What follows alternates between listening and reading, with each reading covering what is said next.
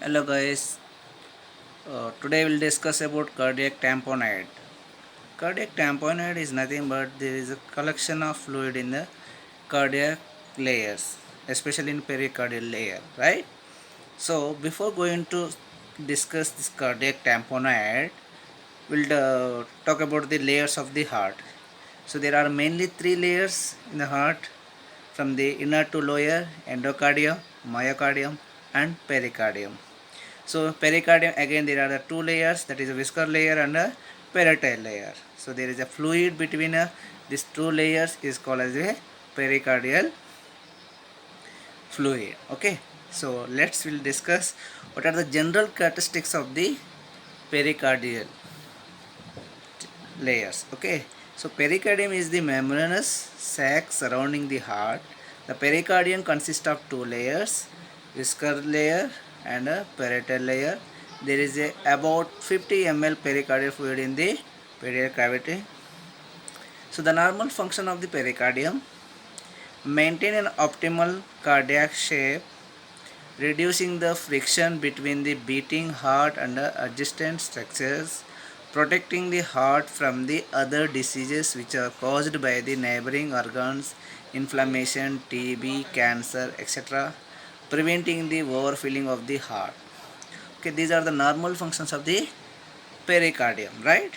So, cardiac tamponades usually the incidence about 2 out of 10,000 population you can see in India. So now we'll see the definition. Cardiac tamponade is a life-threatening complication caused by accumulation of fluid in the pericardium. If this fluid, which can be blood, pus, or air in the pericardial sac, accumulates fast enough and it's a sufficient quantity to compress the heart and restrict blood flow in and out of the ventricles, this is a cardiac emergency. Yes, so cardiac tamponade is nothing but the collection of the fluid in the pericardial sac. So you understand, if the fluid is collected in the pericardial sac, what happened? The heart cannot able to contract and relax because of the pressure on the myocardium, because the fluid collected in the pericardial sac. So pericardial sac is nothing but the covering layer of the heart. So when there is a fluid excessively in this sac, so heart cannot able to pump because the pressure on the myocardium. Okay, so in this picture you can see compression of the heart due to the fluid accumulation within the pericardium. If you see the here, so here they given fluid within the pericardium. So due to the fluid present in the pericardium, the heart, the ventricles, the myocardial tissues cannot able to contract and relax because of the fluid, because fluid is putting pressure on the myocardial tissue. So myocardial tissue cannot able to contract and relax, right? So in this picture also they are showing the pericardial effusion, how it is compressed on the myocardial layer. So what are the common causes? In this condition, blood or fluid collected in the pericardium, the sac surrounding the heart. This prevents heart ventricles from the expanding fully. So as I said here, the fluid is restricting the ventricles to expand. So when it is not expand, the filling will not take place. So when it expand fully, then filling will takes properly and the cardiac output takes properly. If it is not expand properly, then the filling also not takes, filling also incompleted, then the obviously the decreasing the cardiac output, right?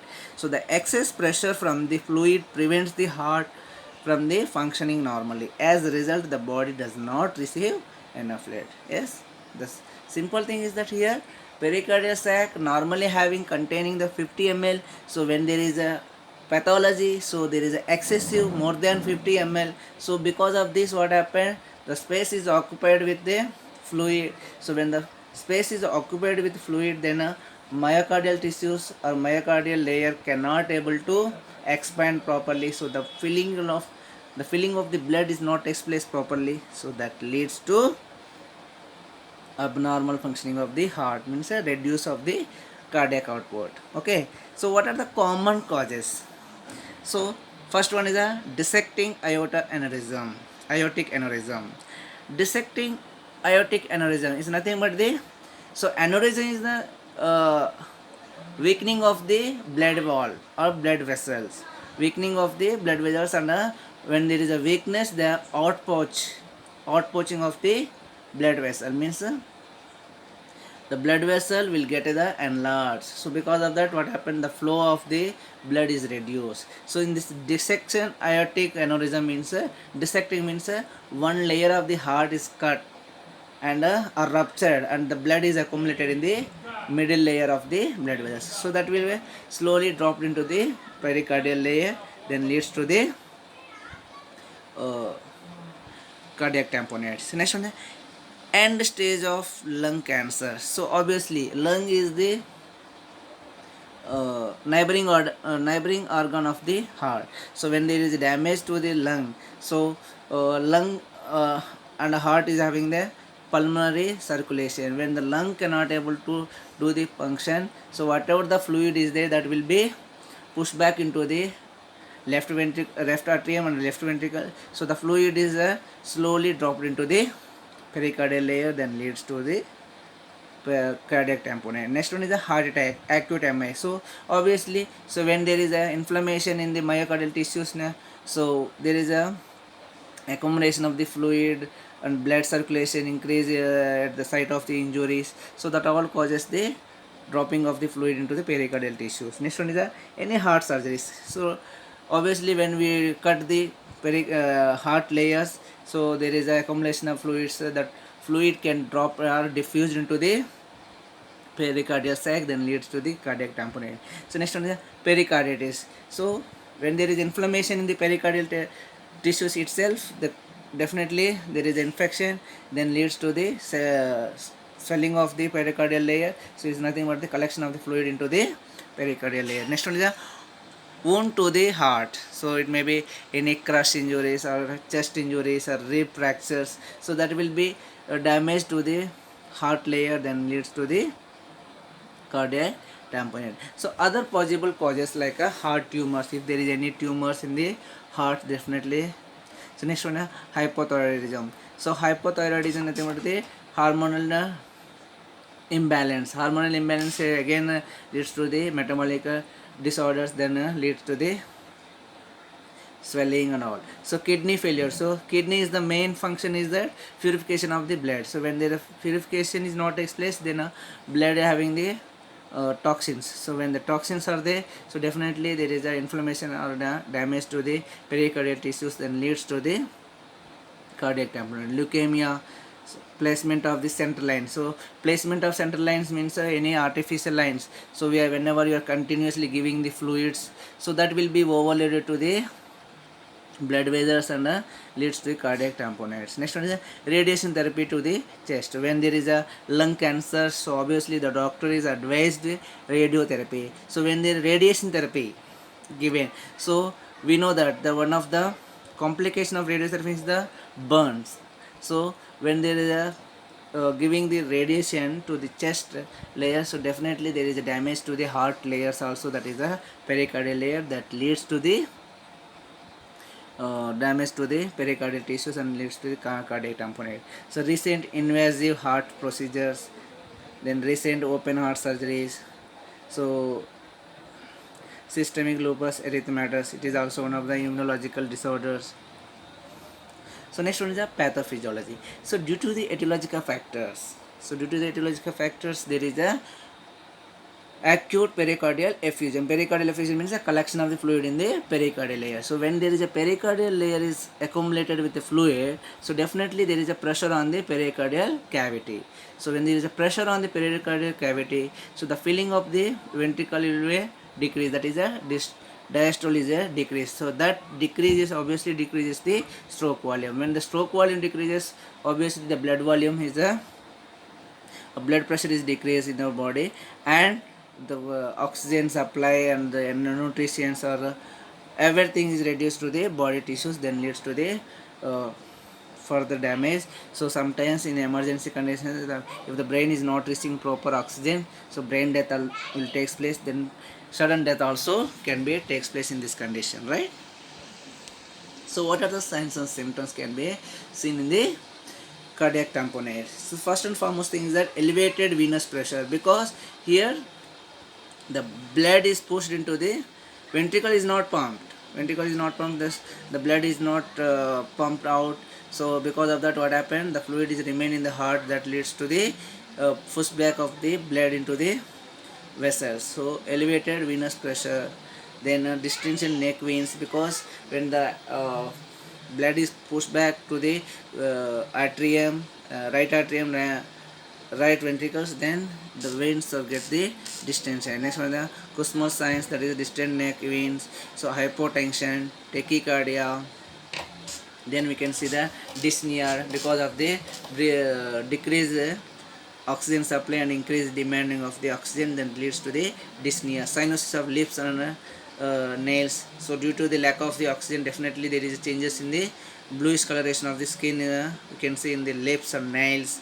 So restlessness and anxiety, because the brain is not getting the proper blood supply, so the patient will get the restlessness and anxiety. Then diaphoresis is nothing but the severe sweating, because here the oxygen demand is increased but oxygen supply decrease, so that leads to the anaerobic metabolism, that so that leads to the diaphoresis. Next one is the muffled heart sound, because the heart is filled with the fluid, so the valves are not open properly, so you get the some of the muffled heart sounds. So pulses paradoxus means here large large pulses means a very slow pulses, right? So next one is a decrease friction rub, so there is no any friction rub pericardium because of the fluid. Next one is a decreased QRS voltage. So if you see this, Beck's triad is a collection of the three medical signs associated with the acute cardiac tamponade, an emergency condition wherein fluid accumulates around the heart, impairs its ability to pump blood. The signs are low blood pressure, as we see in that low arterial blood pressure, distension neck veins, because the blood is pushed back into the veins, then there is you can see the distension neck veins. Then muffled heart sounds, because there is a collection of the fluids in the heart, then the valves cannot open properly, then leads to the abnormal heart sounds. So next one is what are the investigations can be done for the cardiac tamponade. So the following tests are used to diagnose. The first and foremost thing is echocardiogram. So echocardiogram is nothing but it is a direct visualization of the heart. We are sending the high resolution waves, ultrasounds to examine the heart. So we can see that. So how the heart shaped, is there any cardiomegaly, and what extent fluid is there in the fluid collected in the pericardial. These all things can be observed in the echocardiogram. Next one is cardiac catheterization. So in cardiac catheterization, we all know that. So we are sending a tube into the heart walls. Then we are sending all the chambers of the heart. We can send to the coronary arteries also. So everywhere we can send the tube-like structure into the cardiac veins and chambers. Then we can visualize the heart. Is there any collections of the fluid, what extents of the damage takes place in the heart, everything can be observed. Next one is chest x-ray. In chest x-ray we can see that how the heart is occurred, how the heart shape, either it is cardiomegaly is there, or what extent the fluid is accumulated in the heart, we can see in the chest x-ray also. So in this pics you can observe that how the heart is enlarged, that is called as a cardiomegaly. So next one is CT scan can be done, the same thing. Next one MRI can be done. Coronary angiography means x-ray taken after the dye inject into the arteries allows the doctor to look for the abnormalities in the arteries. So you can see the coronary blockages also. Due to the coronary blockages, if the cardiac tamponade occurs, you can go for the coronary angiography. Then ECG, you can see the any inflammatory changes maybe pericarditis, myocarditis, or myocardial infarctions can be done. Okay, so next one is a management. So management mainly focus or mainly aim to save the patient's life, because it is a life threatening condition, because her heart is not pumping properly. So when the heart is not pumped properly, then blood supply is not takes place to the body organs. So when the vital organs not get the blood supply, then definitely the patient will die. So the first and foremost thing is that the aim at save the patient's life, then improve the heart function, then relieve the symptoms. So treatments that are administered for the cardiac tamponade include pericardiocentesis. Pericardiocentesis is nothing but a procedure to drain the fluid around the heart. Whatever the fluid collected in the pericardial layer, so that can be removed by the insertion of the sterile needle into the pericardial layer and remove that fluid. Okay, fluid to maintain normal blood pressure. So here we have to maintain the fluid.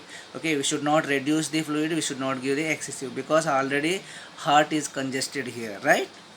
So next one is if there is any history of the inflammation, then we have to go for the antibiotic treatment also.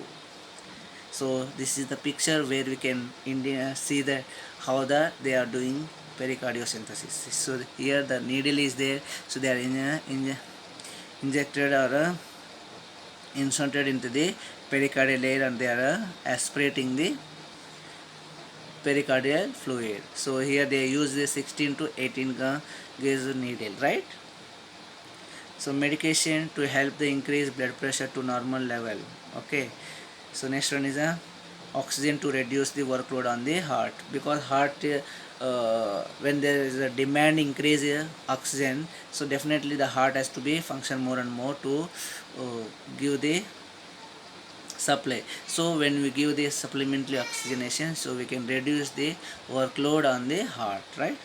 So next one is what are the assessment. So we have to go for the assessment of the, is there any pulse X paradoxes and narrowed pulse pressure, then hypotension, neurological any signs and symptoms like anxiety, confusions obtained if there is a decompression is advanced. Then cardiovascular examination you have to do like a jugular vein distension, reflexes tachycardia, muffled heart sounds, skin